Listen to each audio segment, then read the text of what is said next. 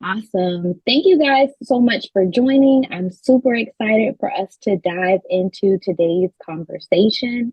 My name is Bria, and I will be your host and moderator for today. This is the Diversity in CS series, and I'm so excited that you're here. As we begin, please put where you're logging in from in the chat. First, I want to thank Success Coaching and Success in Black for working together to host this webinar. For those of you who aren't familiar with Success Coaching, they're a world leader in customer success training. Their mission is to reinvent the customer success training experience for leaders and customer success managers, making it accessible, effective, and actionable. They offer a variety of training options from self-paced online courses, live instructor-led boot camps, 12-week coaching programs, as well as live events such as CSM Mastermind and CS Leadership Roundtable.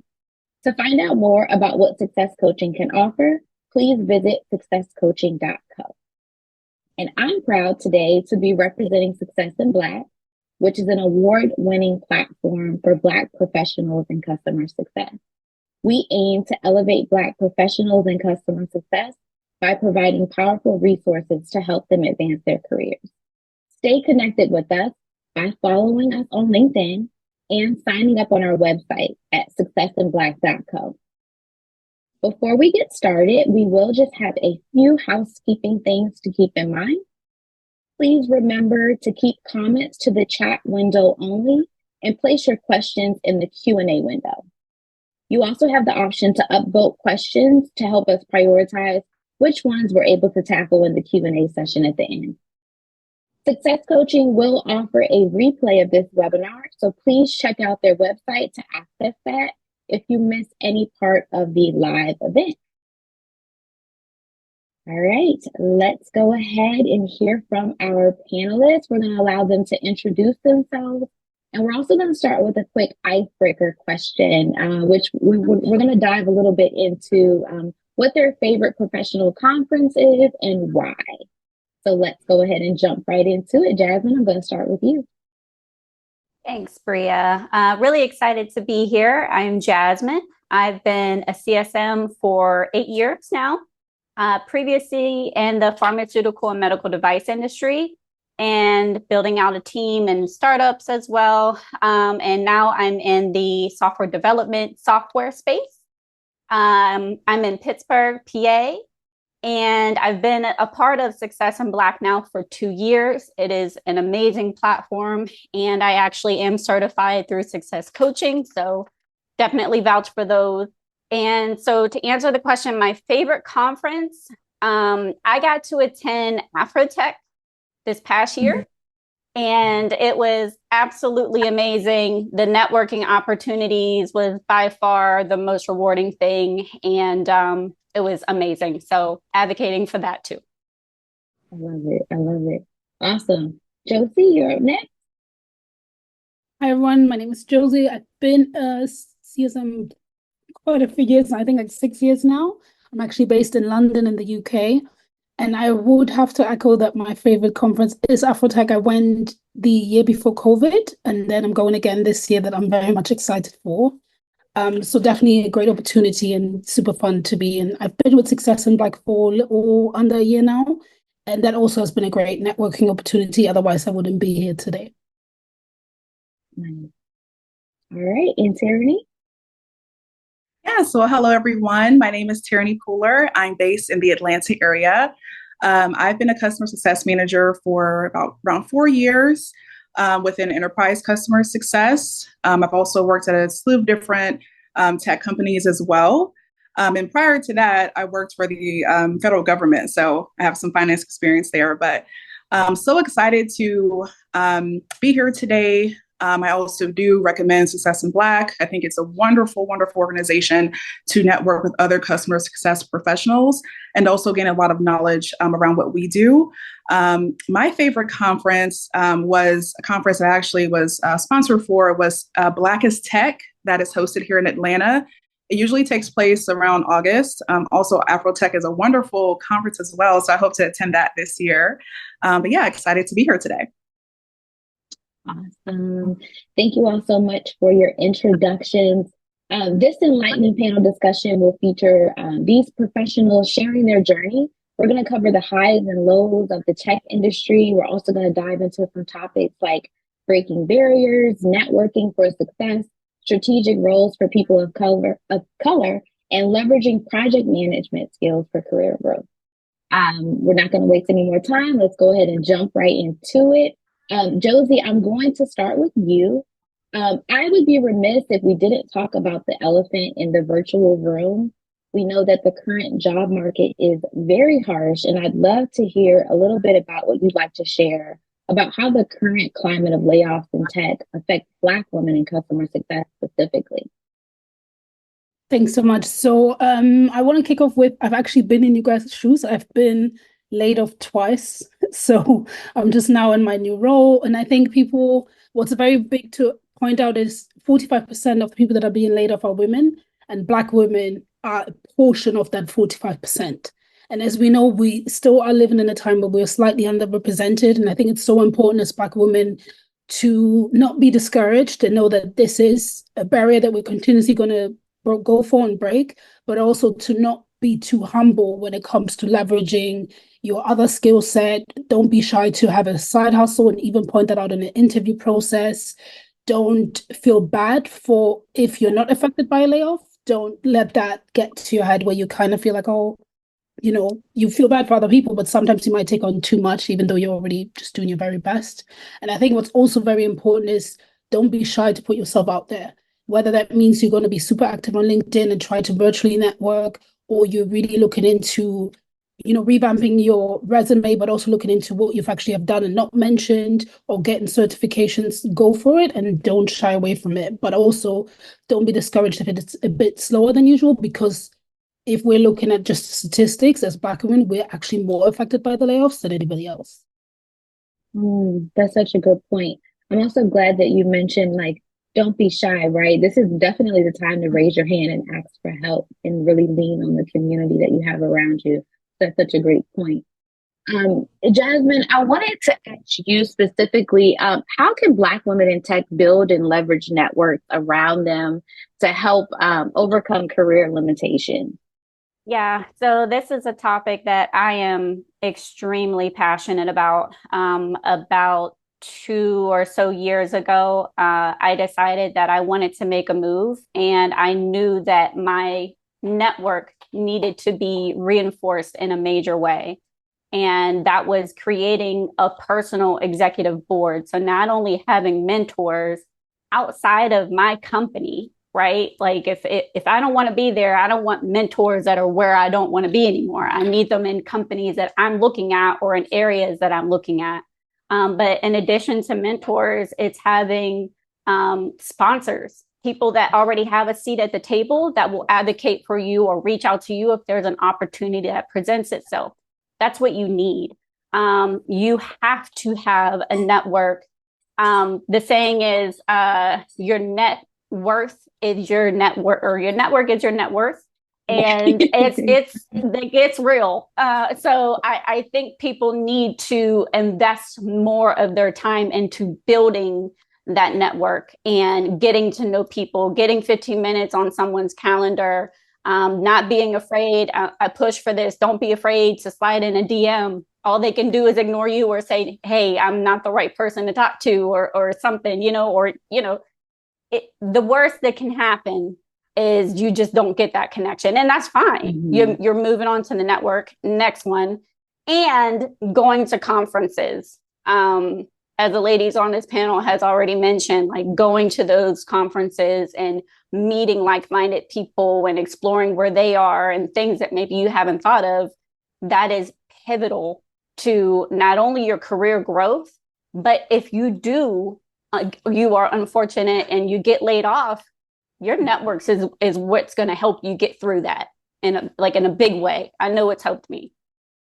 Yeah, thanks for sharing. You definitely dropped some gems there. I want to give the other two ladies a chance to chime in a little bit on that question too. One of the questions that kind of popped in my head as you were speaking Do any of you have like a very set amount of hours or time that you put or that you set aside per month to network and reach out to people on LinkedIn or people, that you haven't connected with, a part of Success in Black? Are you very strategic about how you do it, or is it just kind of like when the spirit moves you? How does that work for you guys? I think for me, this is literally what happened to me. I actually saw Jasmine on LinkedIn, and I always loved how she posted very customer success centric stuff. And then I actually saw in her profile that she had Success in Black, and that's how I actually found Success in Black. And I think don't be afraid just to look into what's being liked, or if there's any specific topics that you like, follow the hashtags. I try to do maybe an hour a week at the minimum. If I don't have a job, I maybe increase it to 4 hours a week. But don't be shy just to connect, join the networks. Again, Success in Black is completely virtual. You can always join, introduce yourself, and even be very open and transparent and vulnerable about what you're currently looking for. Maybe you're currently in between jobs, or you're already planning on leaving your current company, or you've been laid off some time ago and things are rough now. And I think put yourself out there. There's nothing wrong with it. Don't be shy at all. Yeah. Totally And agree. also stick to your guns. I feel like if you have core values, I've learned the hard way, especially as a Black woman, if you have certain core values that you don't want to corrupt, stick to that. It's always going to work out in your favor if you stick to your core values, trust in your expertise, and be patient, but put yourself out there. Mm-hmm. I would also chime in to say that LinkedIn is your best friend. And what I mean by that is when you go to a conference, you're actually meeting people for different companies that you would like to join or interested in. Connect with them as they're speaking to you. Don't be afraid to ask for their LinkedIn, connect, or send a personalized invite to say, hey, I met you at Afrotech. I would love to connect with you and schedule a 15-minute chat.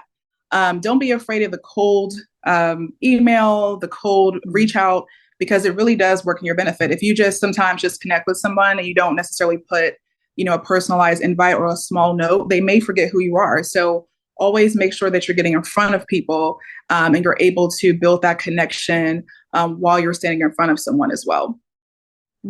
That's such a good point. And that follow-up is so critical. So thank you for mentioning that also.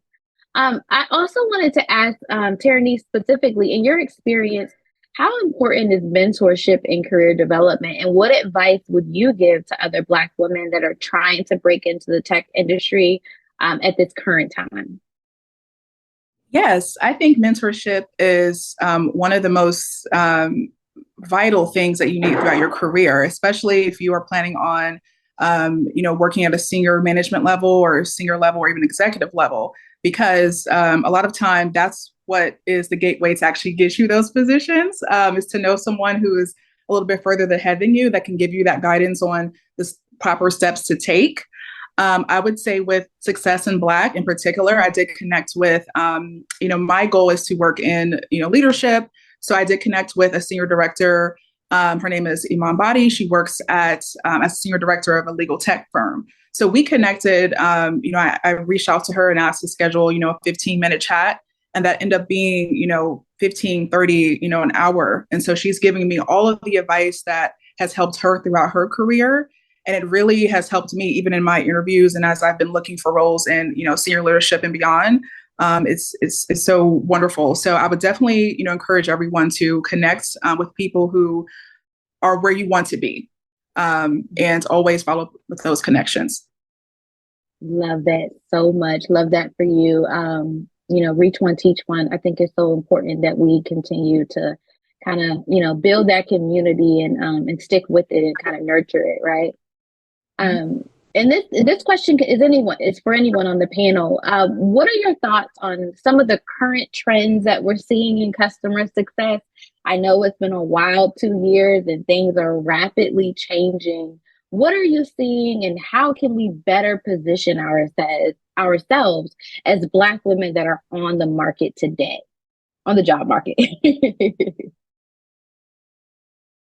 I think there's always been a bit of friction between customer success and sales in most companies. And I think when you come from an environment, whether you come from an educational background or worked for the federal government, if you can really show throughout your interview process or resume that you are okay with friction and you don't shy away from also having an opinion on maybe improving processes. That's definitely something I would point out. And it's just a trend that's been going on for ages between sales and customer success. It's kind of a love and hate relationship, but we go for it. And I also think the ownership of the renewal has kind of been a bit of a ping pong ball. It is mostly with customer success, but I've seen different setups now as well, where as soon as the number gets bigger, they're trying to push it back to sales. That is becoming an ongoing trend as well. Yeah, that's a really good point. And I guess another question that comes to mind is when we have CSMs or people that are trying to get into the CS industry and they don't have that sales experience, what can they do to kind of mitigate that lack, on their resume? So I can jump in here. I started off in sales, so I'm really passionate about CSMs owning some type of revenue. I think it reinforces our value and what we contribute, and we're not just a cost center. But I think if you're not super comfortable with sales, the area of which I would focus on is value-based selling. So you're driving home, this is your value realized with this product. This is your return on investment. And then it kind of sells itself if you have that narrowed down, right? So yeah, I would tap into that and explore value-based selling at a minimum if you're just kind of wrapping your head around how do I sell something? And it makes it a little bit easier to embrace as a CSM, I think. Yeah, thank you for mentioning that, Jasmine. That's a really good point. I also think being like storytelling skills can be very important, even if you don't have sales experience, because if you have the ability to pull the data and you can analyze the data and you can make up a story about the data and you can speak to that ROI, that's really going to help you in your interview process. So yeah, I would also say, look up storytelling, different techniques on YouTube and TikTok, and kind of take a little bit of time to dive into that as well. Another quick thing that I wanted to discuss is how have you seen diversity and inclusion play a role in the relationships that you build with your customers and your clients as a customer success manager, as well as the relationships that you're building internally at your organization? I can chime in there. Well, I would say this platform that we're actually speaking on is a good representation of diversity and inclusion because, we are Black women that all work in customer success. I know that if some organizations, especially in the tech, industry, we don't necessarily have that representation in mass quantities. So exposure is a really great thing. So just by us having this panel, that's step one. I would say if you are a customer success manager at a company that doesn't have as many, Black tech professionals, is to continue to, add exposure. If that's posting on LinkedIn, if that's, joining Success in Black, joining other organizations in your local city or, different meetup groups for exposure, and then posting that on LinkedIn to gain more traction of when someone sees a person who looks like them, they're more apt to even inquire about it. So I think, just taking small steps for exposure can really go a long way. And I think also don't shy away to internally make the connections. I had a old colleague, I know she's currently on the panel. Patricia was with me at Voltrock, and she was kind of my rock because she was the only other Black person in the team. And I think if it wasn't for her, I would have not made it through that time. And I think it was good to have a shoulder to lean on, but also to ask questions if you felt uncomfortable, you didn't want to, or you were worried about being possibly stereotyped. Nothing wrong with asking the other Black person in the room and just finding a bit of a safety blanket as well. Yes, that is so true. So in that same vein, I have another question for the collective. While interviewing, right? Let's say that you're on the market currently. Does the mention of Black and Brown ERGs and affinity groups at a particular organization, does that increase your desire to want to join that particular company at all? Do you think that do you think that it makes a difference in today's society?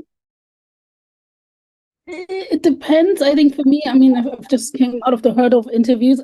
It's a two-way sword. I think I say this very, very bluntly. There was a big trend when the George Floyd incident happened, and there was temporary commitment. And I always like to research the company if they upheld what they said publicly in the interview process. But I've also asked tough questions. If I do an interview and I go on the executive board and I don't see one woman, or I only see one and it's a team of, no disrespect, white people, I will ask the question, what are the opportunities that are being made for people of color? I had a very tough question with my now CEO at my old company, and he said, "Oh, we try our very best to have at least one candidate of color on, in the options for a specific role." And I said, "Okay, but what else?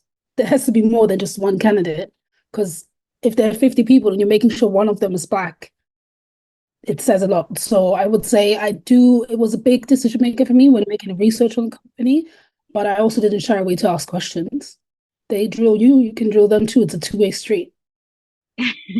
I think you just dropped a great gem right there. And it's something that I was doing when I was in my interview process, is looking at their ELT, like looking at their executive leadership.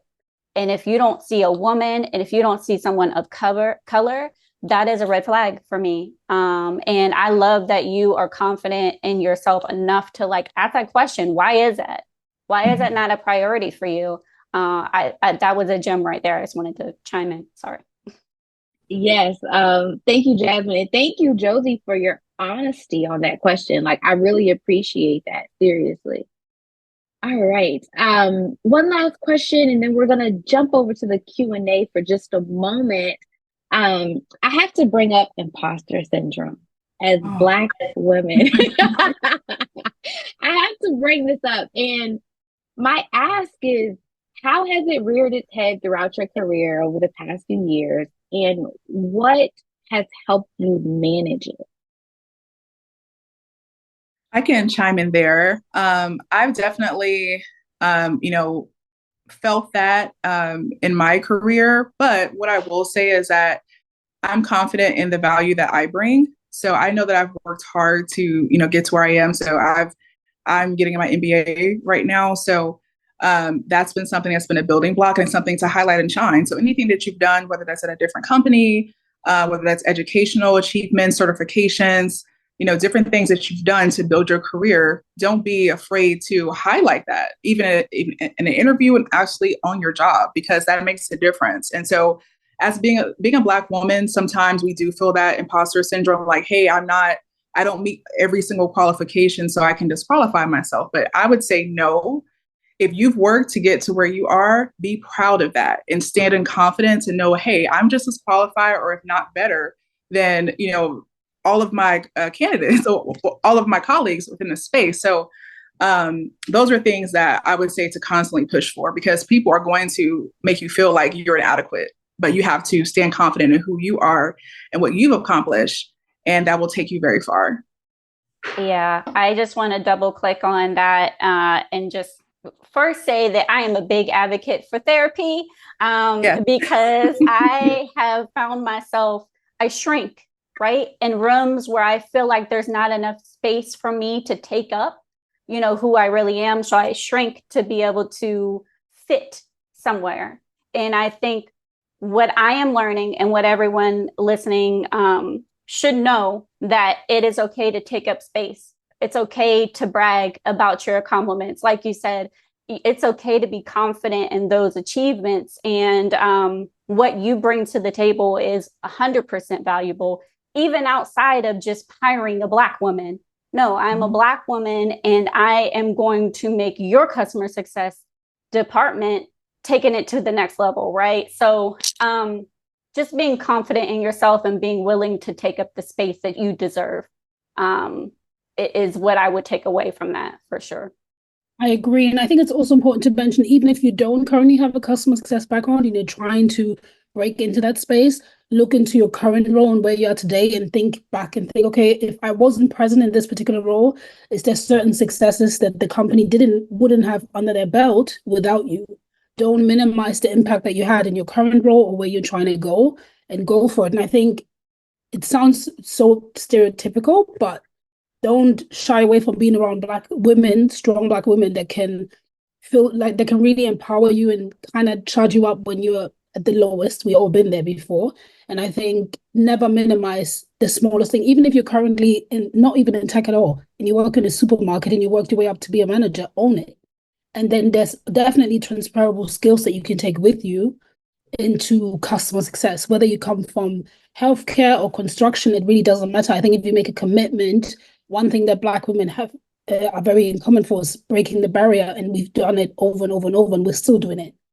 And we're going to continue to do so. So don't minimize, don't ever dim your light. I think that's the biggest thing my mom told me is don't ever dim your light, and what's for you is for you regardless. It's already written. So have that confidence in yourself and go for it. Love it. I just have to say, like, all three of you, like, mic drop. Like, my confidence has been boosted just from your responses. I love it. I love it. I love it. We have a question that was dropped in the Q&A, and this is, how has your identity as a Black woman impacted your journey in customer success? Were there any specific advantages or challenges that you faced that you would like to talk about? I think for me, I'm just being very transparent. I had more challenges than I think advantages. Just because when I transitioned, I started originally in customer service and then I went into operations, and customer success just kind of fell into my lap, but it also kind of worked for me. And I think it was always about like looking in the room, looking up the companies, and I didn't see any customer success managers that looked like me or that had a background like me. And I think when people even go on my LinkedIn, you think like, okay, this girl's been everywhere. And I think just putting that aside, I was like, okay, if I have to be the guinea pig and just be the first Black person in the customer success team, I will go for it. And I think it's important to always be vulnerable about those challenges that you might have and the thoughts that you might have, but also don't be afraid of being the first one. And if you are, then use that, turn that into an advantage and trailblaze and take it to the top. Yeah, I think you touched on such a good point. I think sometimes when we're interviewing and we go on LinkedIn and we're looking at the people, we don't see anyone like us. And sometimes that can make us want to pull our application back, right? Because we don't want to be the only and go through whatever experiences come with that. But I think you touched on a really great point, Josie. If not us, then who? So, Yeah. I think that's really the point that we should kind of have in the front of our minds. And it looks like we have another question here. What advice do you have for anyone looking to pivot into a CSM role? I'm in healthcare and I have been networking, taking courses, and I've also joined a coach group. Is there anything else I should be doing to help transition into a CSM role? It sounds like, Stephanie, you are already doing a lot of great things. I'm going to let the ladies here chime in if there's anything else any other advice that you would give to Stephanie at this time. I can chime in there. So, Stephanie, I will say you're already doing a great job as far as, looking at your resume, networking, looking at your transferable skills. Before I came into customer success, I worked for the Internal Revenue Service. So I came from like a financial background. I had no kind of like sales experience per se, but what I did have is accounts management and customer relationship building. So I use every transferable skill that I had in regards to a customer success job. I literally pulled the job description and saw, okay, through this list of skills, what are the skills that I've already attained? So, and also don't be afraid if you look at a job description and you don't meet every single requirement, because to be honest with you, most job descriptions are wish lists. Sometimes they're kind of put up there to scare you a little bit, but don't be afraid of that. But look at the highlighted, key things within that job description or within customer success that you need. So if you're working healthcare, you work with, patients, you work with, different people who come into the practice, whether you work on, a corporate side or within an actual, office. So you have those skill sets. It's just about transferring them into a more succinct way where it looks attractive as a customer success manager within a job description. I will add to that, Stephanie. So I would look at your resume and make sure that number one, you're calling out numbers.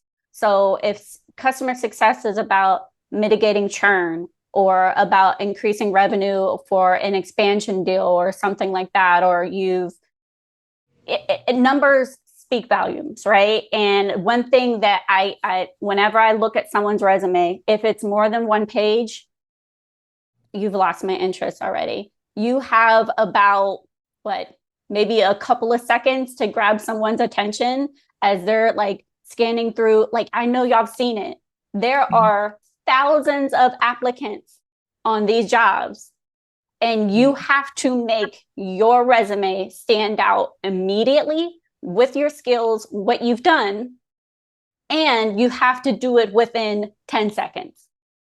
Make it easy to palette, right? Like, make it easy for them to be like, oh, okay, that's good, because that's all you get. If it's 2 pages and I got to read through paragraph after every single job, sis, no, keep it moving. Like, you have to think like that, though, because that's really what it is, right? They have so many applicants. You gotta think like them.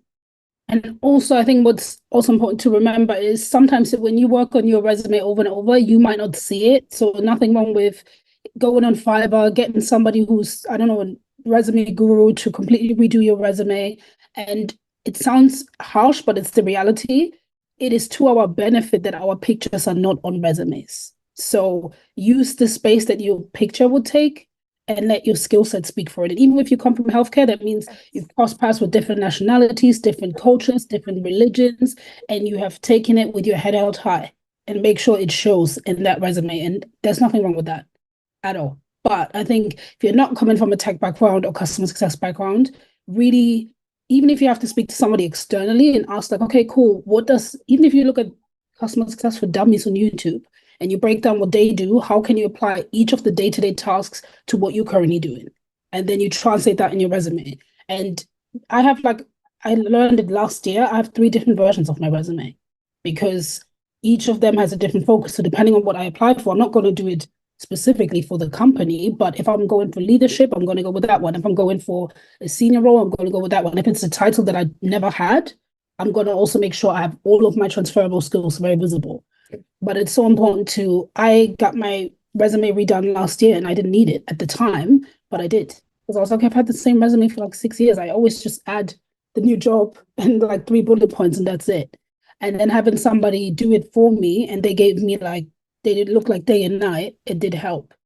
Because they looked at it with no emotions, no imposter syndrome, no worries. They just looked at it very, very neutral and went for it and changed it up. Yeah, that's a really great point. I think a fresh set of eyes is always going to be great. And like you said, totally unbiased. That's a really, really key point there. Stephanie, and if the ladies didn't already mention this, I apologize if I missed it. Make sure that you are also targeting health tech companies. There are so many different types of SaaS tools that are coming out, that are in startup phase right now. And there's a whole huge umbrella of them. So get on G2, get on Google and start specifically looking for health tech companies. And I hope that helps. All right. We have a bunch of questions in the Q&A. I'm going to drop down. So this question says, any anxiety of taking over a new book of business, especially if, let's say, the previous CSM was a white male? I'm curious to hear about your experience or challenges there. So I think they just want to know overall, like, what has your experience been when you're in that new role, you hit that 90-day mark and you have your book of business? How have you navigated that point in your CSM role? I think having a very strong TOI, transfer of information document, is really important. Number one, because you want to make sure that you are going into that new business that you're taking over with as much knowledge as possible. I think also leveraging, hey, okay, I know all these things about what you've done and what's happened and what's been successful, but where can I improve based off of what you've experienced so far? So kind of looking at that previous CSM, if it is a white male, that's fine, but I can do it better. So tell me what was lacking there, right? Like, I think tapping into those gaps will help you set you apart from what they've experienced so far. But I would say a really, really solid transfer of information document is what's going to help you tremendously.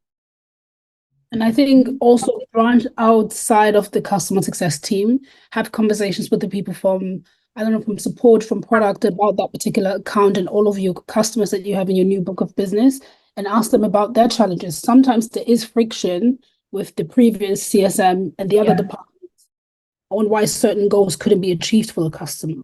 So nothing wrong with also branching outside of the usual customer success team in your training process, and also putting yourself out there internally and speaking to the people from all of the other cross-functional departments that you're going to work with anyways.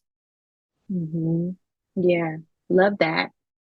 So I want to shift focus for just a moment, and I want to talk a little bit about our personal lives and how they intertwine with our professional lives. And I know we throw this word around of like work-life balance and work-life integration, I like to say.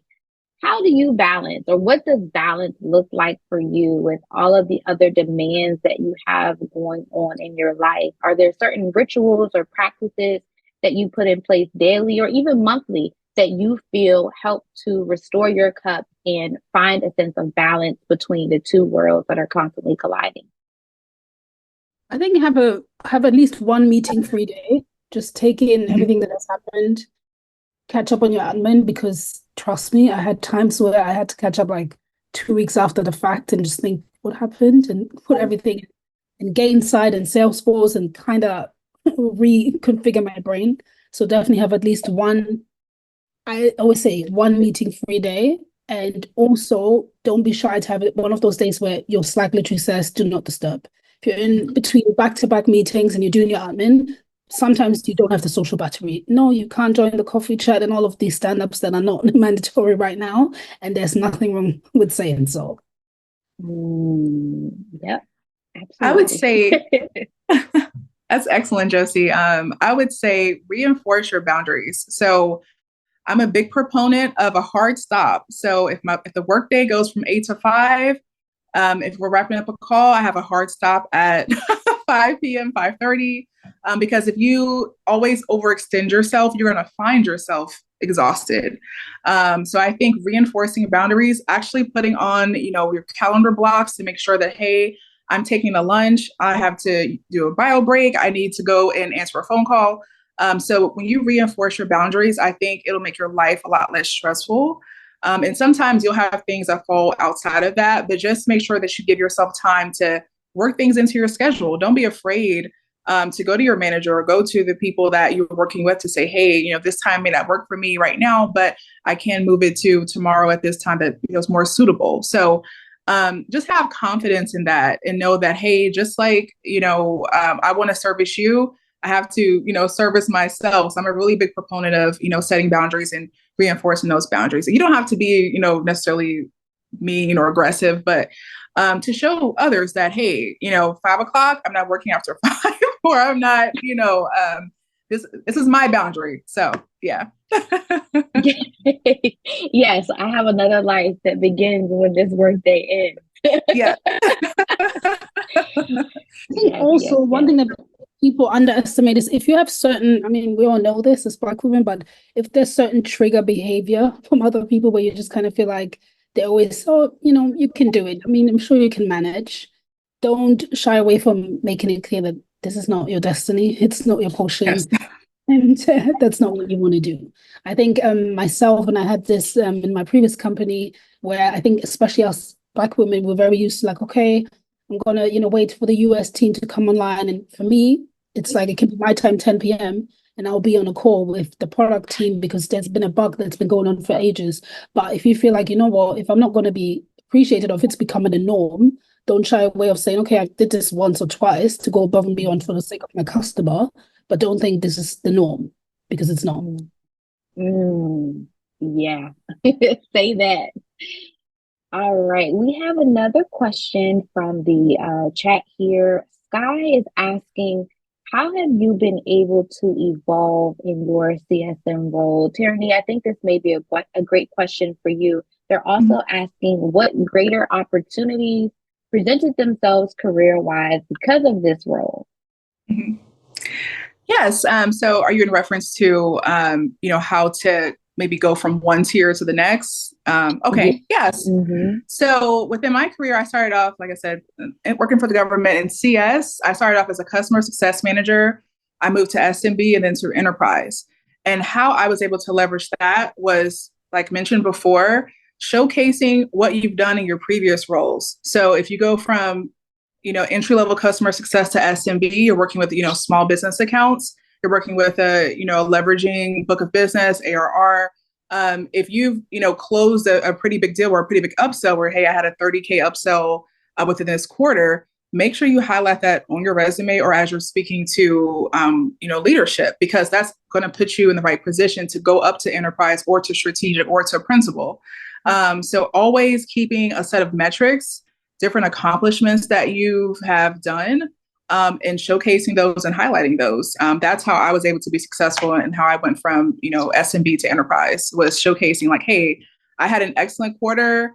I had the most upsells on my team. My book of business went from 50K to 150K within a 3-month ramp. So all those things are proponents of, where you actually want to be, that you're building and working, showing that you've accomplished those things before you get there. I love that. And can you talk just a little bit more about your progression? Because honestly, it's really impressive. Do you think that there are, relationships that you built internally at your organization that also helped you with product knowledge and, the ability to upsell and cross-sell? Or what specific strategies can you speak to in the limited time that we have that really helped you ascend so quickly? Yeah. So I'm the kind of person, I kind of foresee where I want to be. So I wanted to work in enterprise when I first started off in customer success, as I knew that, hey, this is a bigger book of business. It's less clients, but they're more strategic type of workload, I would say, being an enterprise or strategic. So I looked at who was successful in enterprise that I may have saw on LinkedIn or may have, joined a chat that said, hey, I work in enterprise. I manage these type of clients. And so I brought up conversation around being an enterprise customer success manager when I was an SMB. So I kind of already knew like, hey, this is where I want to be. And everything that I'm doing is going to show that I can do that. So those are some tips and tricks that I've done as far as like metrics are concerned. Like I said, with upsells, if we had a KPI that said, hey, if you make this particular KPI or go above and beyond that, this would put you in a better line of meeting an enterprise goal. That's what I was doing. So basically, whatever the goals were, I just superseded them to show that I could do it. So those are some things that I take with me as I go through my career, is already knowing what you want to do and putting a plan together of action of, different types of things that could put you in line to that particular goal or that position. I think you just dropped a really good gem, and I want to make sure that everybody heard that. I think planting the seed with your leader that I'm here and I want to be an enterprise CSM is really extremely important, right? Like, you need to learn how to manage up. And once you've planted that seed, here is the path that I think is going to get me there. Can you confirm or add to that? Because that's where I want to go. So that was a gem. Sorry, had to double click. Yes. No, thank you, Jasmine, because I was thinking the same thing. Like, yep, she did that. She did that. And then when you put in that confirm or deny. And then I think also don't shy away from getting the buy-in outside of your management. If there is people in sales that you work closely with or support managers or product, let them also kind of be your little echo. If there's anything specific that you achieved, don't just let you have to speak for yourself. Nothing wrong with building relationships, again, cross-functionally, and also leveraging that when you're bringing up a possible promotional way you're trying to go.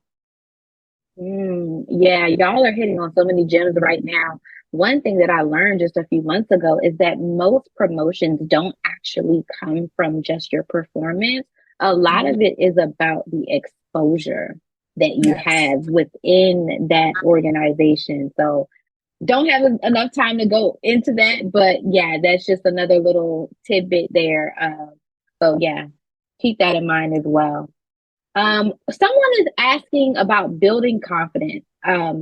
Jasmine, you touched on this, but just how do you continuously build your confidence as a Black professional in tech and allow yourself to self-advocate, like Terinee did, in that particular role, how she was able to ascend? How do you continue to build your confidence just day to day? I think that in my professional world, I have leaned into not leaning on subject matter experts, but becoming one myself. And that's where my confidence comes in, right? Like, I know we have SMEs that jump on calls that get into the nitty gritty of stuff, but I've learned that that was only a crutch, and specialized CSMs are a thing. Dr. Mike Lee talks about this all the time. If you don't follow him on LinkedIn, you should.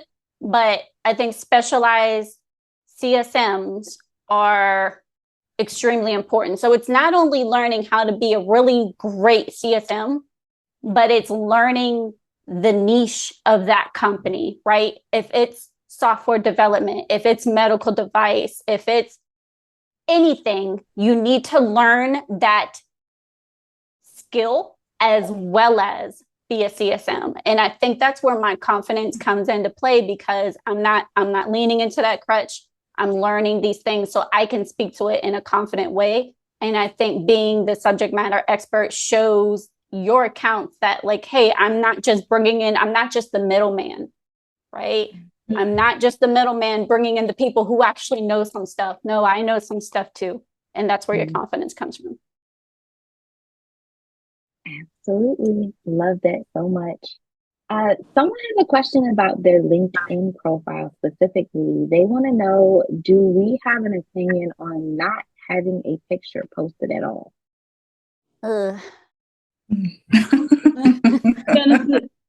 Two-way street. To be very honest, my LinkedIn is said that if you're not connected to me, you don't see my picture. This sounds very harsh, but it's the truth. I have a German last name.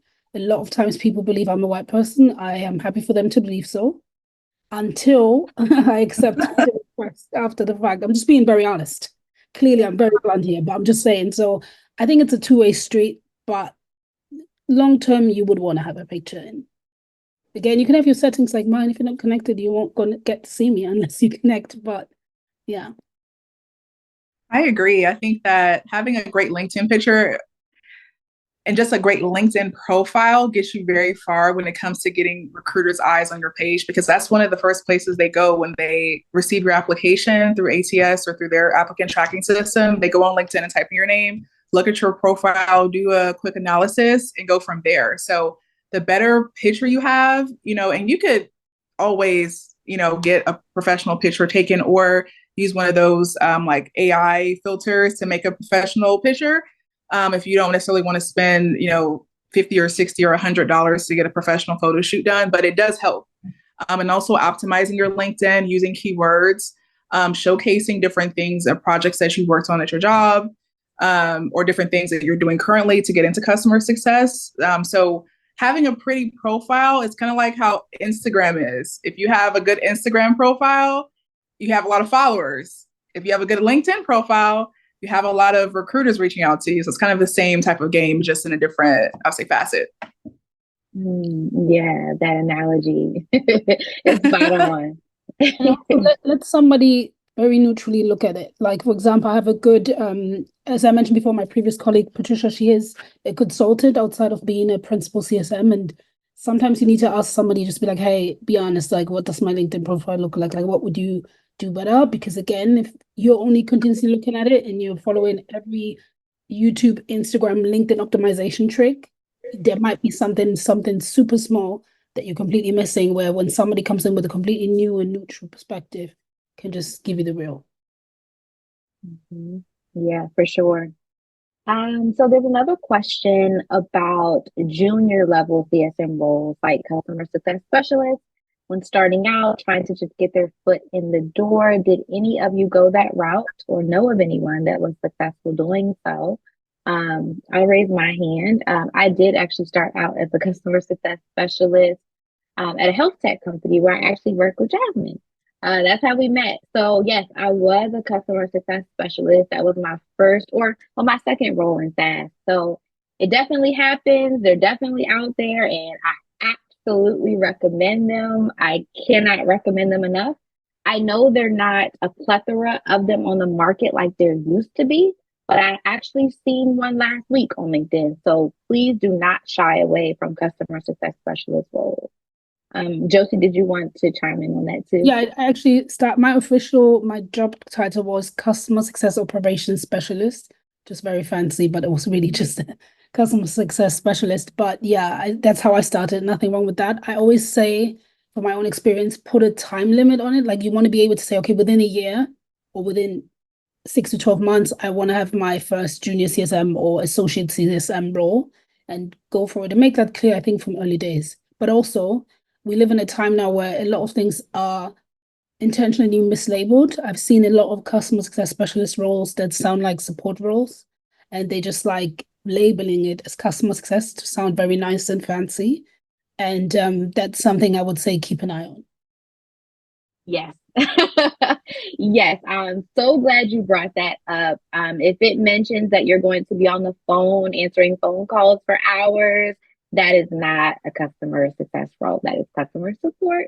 Like Josie said, so also definitely be on the lookout for that.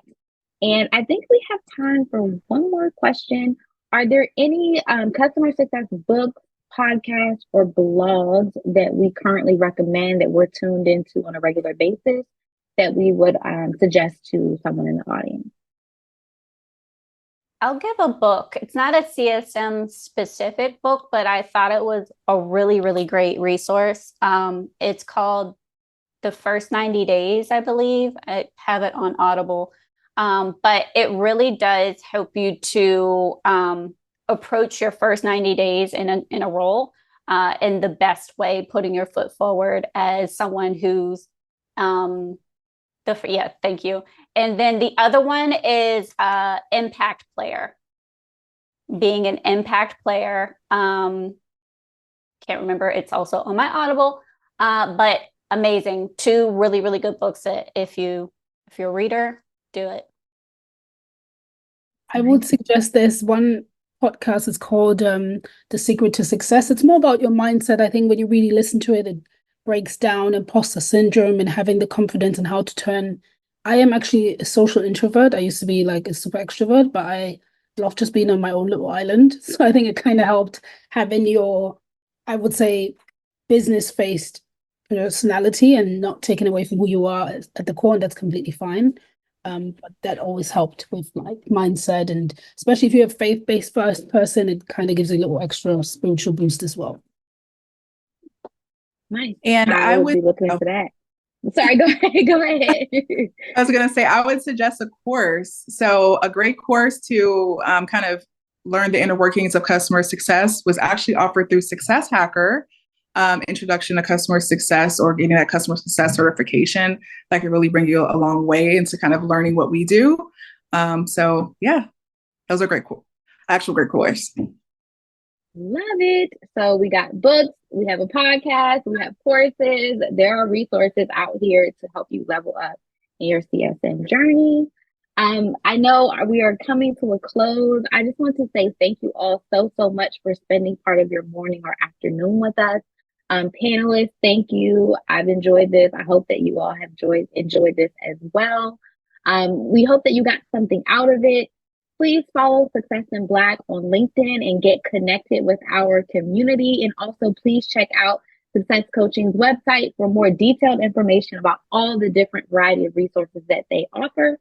Until next time, thank you so much. I hope you all have a great day and an awesome weekend.